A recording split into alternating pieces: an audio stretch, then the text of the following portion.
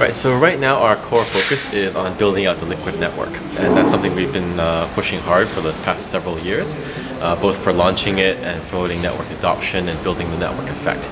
So I guess forward looking at the next 12 months, it's still going to be a primary focus. We're expanding on functionality in the Green Wallet to support Liquid issued assets, and also for Liquid securities. So that's a core piece. And then we have the Liquid Securities platform too, which is to help companies issue tokenized securities on the Liquid blockchain. And we have another announcement coming up that's related to that down the road, possibly in a few more months. We're still architecting this new product, and hopefully it's going to be an exciting piece. So now that we've announced Blockstream mining, it's easier to talk about it. So there's basically two main pieces of Blockstream. One is the Liquid portion, and then ancillary services around Liquid or relating to Liquid, like the crypto data feed, like Green Wallet. And then you have Blockstream mining, which is our hosting service and the pool. So that is our main revenue driver, and it's already generating a large portion of our revenue, but we weren't able to talk about it prior to launch. But now we can kind of talk a bit more and be more open about the project. But the main thing is with Liquid, we're building a network effect. It's a slow procedure because unlike ICO projects, we're not printing our own token, and we can't give someone $1 million to integrate Liquid into their exchange. We have to just build it based on the merit of the technology and the utility of the technology, and it's going to be a slower moving process, which means we're not going to be driving revenues on products built on top of Liquid as quickly. But that's where the mining comes in. The mining business is basically a cash cow business. We have pretty good margins on our hosting because we've secured very cheap power, and we're very effective and efficient with our operations. So it's basically two parts of the puzzle. It's probably going to be centered around those two main business units, the Liquid business and the mining business. So there's a lot more interesting things we can do to kind of tie things together. With Blockstream Satellite, we could potentially set up mining operations in areas where there is no internet. There might be cheap power available, but there's no internet. But based on some new tech we're building out for the satellite, umbrella, we can do some interesting things with mining and broadcasting of transactions as well. I think the biggest challenge is really pushing Liquid adoption, because Liquid is a sidechain. Sidechain is a blockchain without its own native token. So we peg in Bitcoin into Liquid. But we're competing against these other projects that issue their own token, and they can use that token to sprinkle it here and there and incentivize developers, incentivize exchanges to integrate and support it. So that's what we're competing against. It's just the best technology competing with these projects that have cash printed and can throw around. It's a Crypto Garage, right? Yep. Yeah, so that's a joint venture between Blockstream, Tokyo Tanshi, and Digital Garage.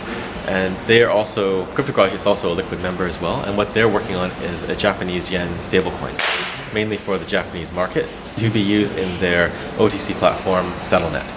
And they're still under the process to get approval from the FSA, but they're in sandbox testing mode right now. So it's just a matter of time before it starts to get a bit bigger. But right now, they're still nurturing it and getting approval from regulators. It's already in testing mode right now. So they've brought in some of the Japanese exchanges to do some testing. But launch, I think it's still TBD.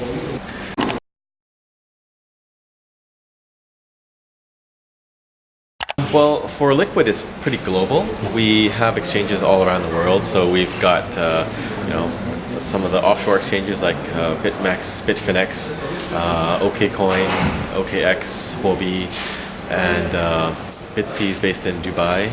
We have BTC Turk, they're in Turkey, obviously. But yeah, we're just trying to get more and more exchanges in the network and integrating.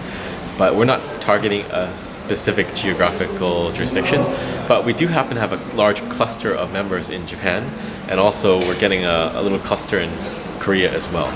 But I think, I don't know, maybe it's just the Japanese market is very enthusiastic about cryptocurrency, so we do have about, I think, 7 members in Liquid in Japan alone now.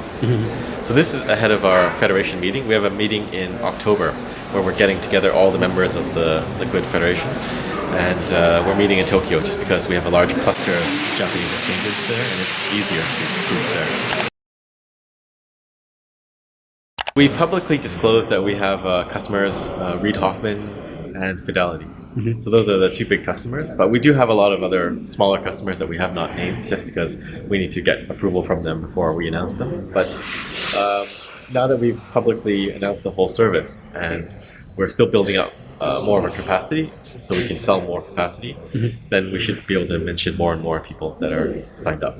We are mainly targeting larger customers right now, like Fidelity. Like, we don't have enough manpower to onboard a lot of small users, because if you bring in a lot of miners with, say, 10 machines, that's a lot of overhead. People will call you and say, hey, one of them is not working. And we need our whole customer support team to be built up and scaled up on operations as well. But the goal is that down the road, we can support smaller miners, smaller customers. And that's the whole point of doing this, so that we can get more people mining that otherwise would not be mining.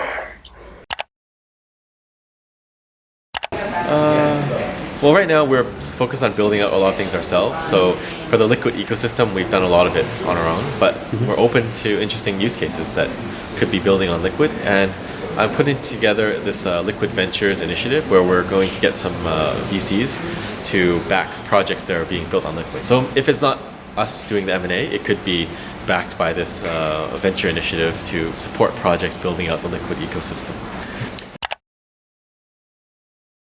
We've raised about 90 million to date, so we're pretty good. We're not actively looking, but it's definitely a possibility. We've talked to some people. We've had interest, like inbound interest. People have come to us, so we have some preliminary talks, but we're not aggressively seeking fundraising at this time. I think we're still far away from an IPO, but it's definitely something that could happen down the road.